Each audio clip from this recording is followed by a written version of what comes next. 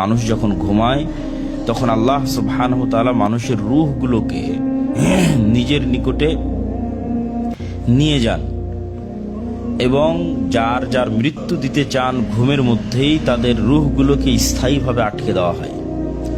আর যাদেরকে ঘুমের মধ্যে মৃত্যু দিতে চান না, পরের দিন পুনরায় তাকে ঘুম থেকে জাগার সুযোগ দেন, তার রূহকে ফেরত দেওয়া হয়। ওয়া আহইয়া, এবং পরের দিন সকালে ঘুম থেকে উঠবো এটা নয়, পরের দিন সকালে মৃত থেকে আবার জীবিত হব।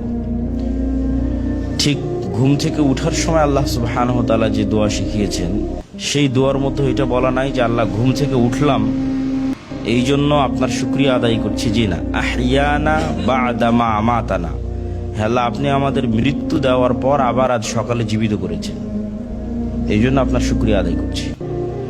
তাহলে ঘুমের মধ্যে এক প্রকারের ছোটখাটো মৃত্যু সংঘটিত হয়ে যায় এবং ছোটখাটো বারজাখী জীবনের স্বাদ মানুষ আস্বাদন করে, কিছুটা ধরন আঁচ করতে পারে যে বারজাখী জীবন কেমন হতে পারে।